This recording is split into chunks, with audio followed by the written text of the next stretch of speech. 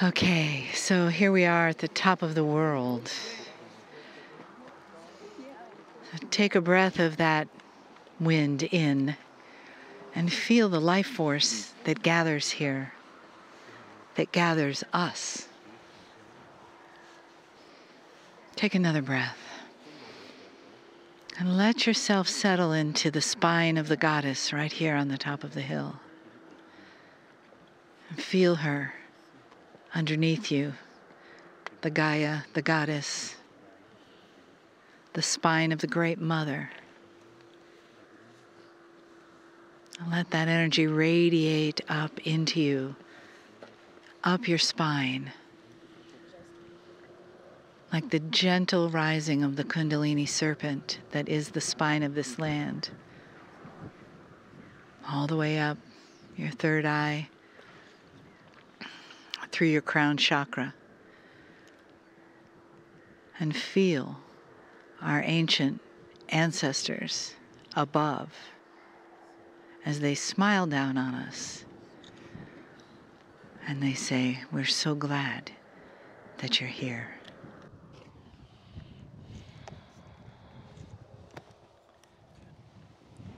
Greetings, dear ones. I'm Kryon of Magnetic Service.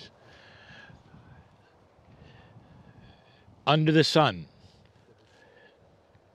in perhaps one of the most precious, energetic, and beautiful areas that you could be in this land. This is another one in the series of channels that we are giving in England. People would say, well, Kryon, at what point are you going to give a full esoteric channel? We're tired of history.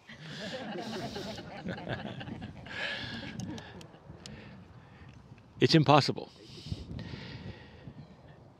And that is because the esoterics that you celebrate as a human being have everything to do with history. So let this be another kind of history. Let us make this esoteric history. I want you just to relax for a moment. Let your intuition and your imagination float just for a while. What is the definition of the veil?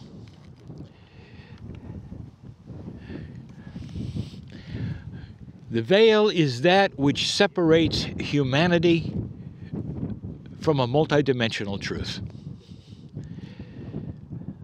The veil is needed, dear ones, to keep you grounded and centered on the task at hand. And the task at hand in your reality is literally to find the Creator. And in this, you sit in a land where many already did, in their own way, in their own time, without prophets. They celebrated the oneness of all things. But what about the esoteric history? I'm talking about the history of the galaxy. Do you relate to any of what I'm going to say now in a place that is renowned for multi-dimensional communication? It's already been mentioned that those on a spiritual quest, a pilgrimage, will come through here. It's more than just the lines of influence or laying would come through here. It's because the energy can be sensed and felt. Climb the hill. Feel what is here. Feel the ancestors speak. Oh, the ancestors from where?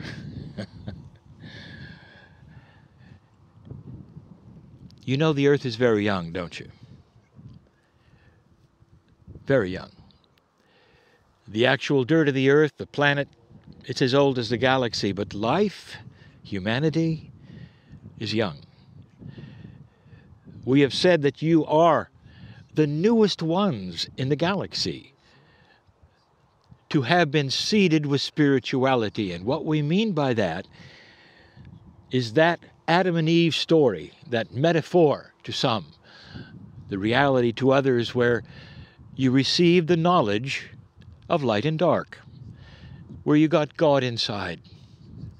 You are the youngest civilization in the galaxy to have this. Now, follow this logic for a moment. Do you believe there are others like you in this vastness of a galaxy with distances so far that even light has to travel thousands of years to get here? The chemistry of your biology is everywhere. The galaxy is built for life. The elements that created life on Earth are everywhere. The sun is the same sun. And so you will find that that which created you at the DNA level is everywhere. We've talked about this before, the folly of the man who sits on a beach because he was born on an island. And he sits on the beach and he ponders if anywhere on Earth there might be another beach. Because he only sees one, not understanding that there are millions of beaches all over the planet, but he's only seen one. And so for him, he always ponders, is it possible? Life is everywhere. And the history of the galaxy has many planets that have gone through what you've gone through. And in that, dear ones, they have come through this life cycle that you are now just beginning and gone into what we will call a multidimensionality. This is what happens with DNA, just like yours, as it evolves. It starts to realize and see and intuit other dimensions. And in those dimensions, there is no time or distance.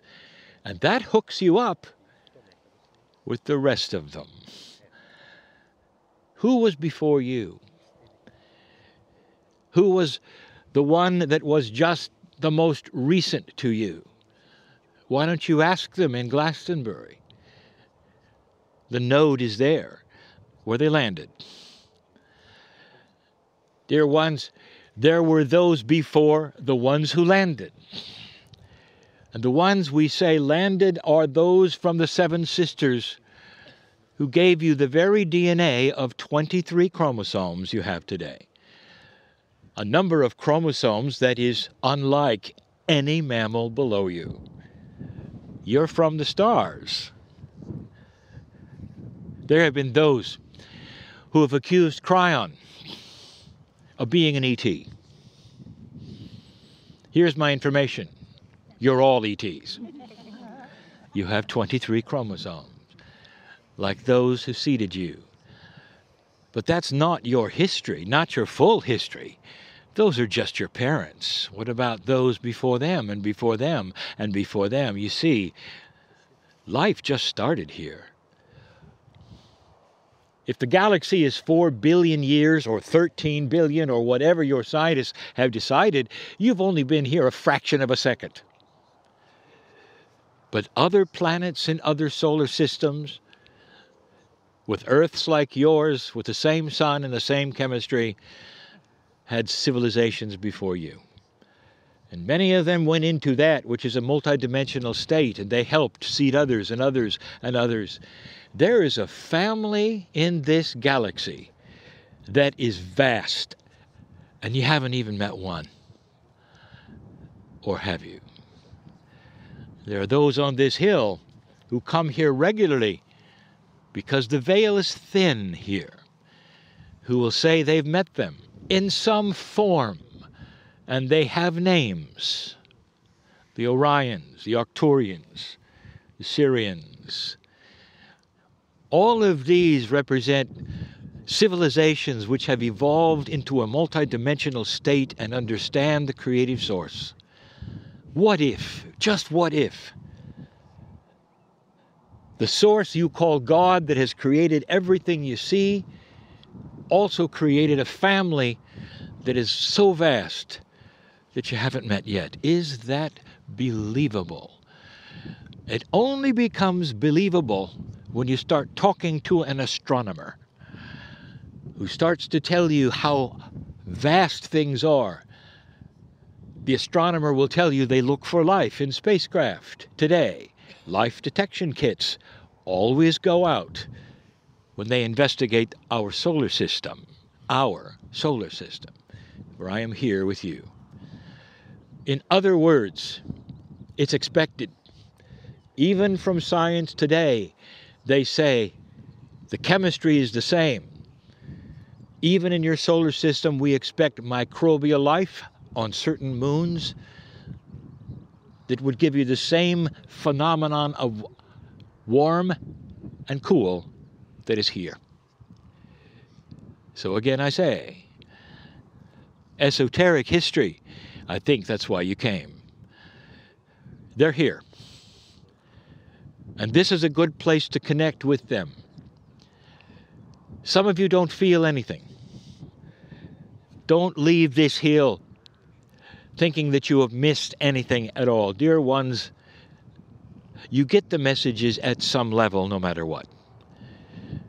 And sometimes it's later when you start to realize there was communication for you feel different. And what would that communication be? From those ancestors that are galactic and not earth-based, what would the message be? I'll tell you what it is. God knows your name. That each one of you has inside a piece of that Creator, just like the family does. It's part of a grander system that has ever been taught on this planet. You consume yourself with your own humanism and your own prophets and your own history, not being aware of that which came before you from the stars, which is profound, which is spiritual, which is beautiful. I am sure I would get in trouble yet again if I told you that some of the angels that you have seen around you were visitors from other places. That multidimensionality takes its shape to whatever the brain of the linear human wants to put on it. So here comes a multidimensional energy. You can't figure it out, so you put skin and wings on it, give it a name, and call it an angel.